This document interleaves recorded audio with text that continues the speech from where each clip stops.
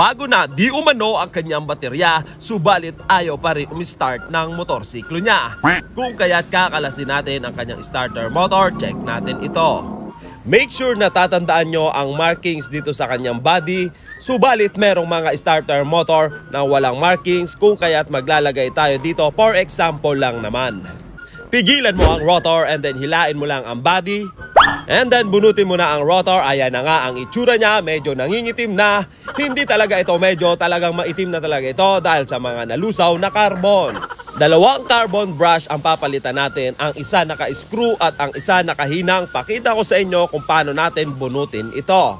Make sure na itatabi nyo ang spring para maibalik ulit natin ito. Bihit pa kaliwa lang at hindi mo kailangan pumwersa na nagbumula sa mukha, mabubunot mo na agad ang isang carbon brush. Screenshot nyo na lang ang part number ng ginamit kong carbon and 3, 2, 1, smile! Walang ginamit kong carbon dito ay pang Mio dahil wala tayong mahanap na pang NMAX. NMAX kasi ang unit na ginagawa natin ngayon. Huwag nyo rin kalimutang linisin ang pinakabody ng inyong starter.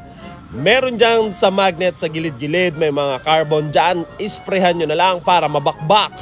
At syempre, idamay na rin natin ang holder ng inyong carbon brush. Bugahan lamang natin at ito ang gamit natin, Extreme 1. Etong part na ito na binababara natin ng panghinang, part ito ng positive side. Huwag ka lang maiinip hanggang sa mabaklas ang bumbunan mo. Intayin mo lamang na matunaw ang hinang na ito, and after that, batakin mo na. Taktakin mo kung kaya, pero hindi talaga kaya yan. Babatakin mo talaga yan. Lo, mali. Ibang batak yan ah. Humingi ng tulong sa customer na nagmamarunong, pahatak nyo sa kanya. Kung paano nyo kinalas, syempre ganun nyo rin ibabalik. Makikita nyo dyan na may slot ang inyong carbon brush na positive side. Medyo may katigasan yan kapag itinulak nyo. Sa sobrang tigas nyan, talaga magkakrak ang iyong bagang. Make sure na may cover ang iyong daliri habang tinutulak yan, dahil baka mamatayan ka ng kuko. And then lagyan na natin ang hinang. Lusawin nyo lamang ang hinang at huwag nyo namang sosobrahan. Yung sapat lang, gayahin nyo lamang kung paano nyo siya kinalas at ano itsura ng hinang nung buo pa siya. Gayahin nyo lamang yon. At eto na! Hola! Tapos na! Yung negative carbon naman ay nakatutok ang kanyang eye terminal doon banda sa may plastic na holder. Ayan, para syempre pumasok dyan sa may holder yung mahabang tanso.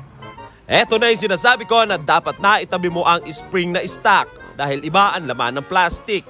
Ganto naman ang diskarte ko para maikabit ko kahit mag-isa lang ako ang kanyang rotor. Isinisiksik ko ang wire dito sa may plastic holder ng carbon. Parang ganito, sundan nyo na lang, iayos nyo lang ang siksik. Well, after masiksik, ganyan na ang itsura niyan, para na siyang nakakapit sa bawat gilid niya. Itulak nyo lang bahagya, and then after nyong makita na talagang dumikit na siya o di na bumababa, pwede nyo nang ilagay ang rotor. Siyempre, medyo sasabit ng bahagya yan dahil mahaba nga ang carbon. Diyan nagagana yung pagiging magaling nyo, yung panunungkit nyo ng bintana ng kapitbahay nyo para makanood ng TV. Pinagsasarhan ba kayo?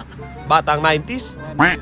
Pag bumaba na ang rotor sa housing ng carbon, pwede nyo na ulit yan iayos. Sungkitin nyo sa pagkakasabit, iayon nyo lang na talagang magkakaroon siya ng maalwal na galaw. Papatakan ko ng konting oil dito sa dulo dahil may grasa na sa ilalim. Hawakan nyo ang rotor, baka higupin ng magnet, kumalas pa iyan at mag-ulit-ulit kayo sa umpisa. At syempre, huwag kakalimutan ang inyong markings na ginawa, kung hindi man yung markings ng starter mismo. Huwag kalimutan i-correct ang markings. Mas mabilis nyo kasing maitatama ang butas ng tornilyo nito kapag nasa tamang markings kayo. Sa paghihigpit naman ng tornilyo, iwasan nyong ngumiwi. Hindi nyo kailangang pwersahin dahil maliit lang ang bolt na ito. Double check tayo sa rotor kung hindi ba siya pigil na pigil. Bago nyo isalya, syempre testing tayo sa baterya. Dahil goods na, ang sabi ko nga dyan, alright ba tayo dyan? Alright.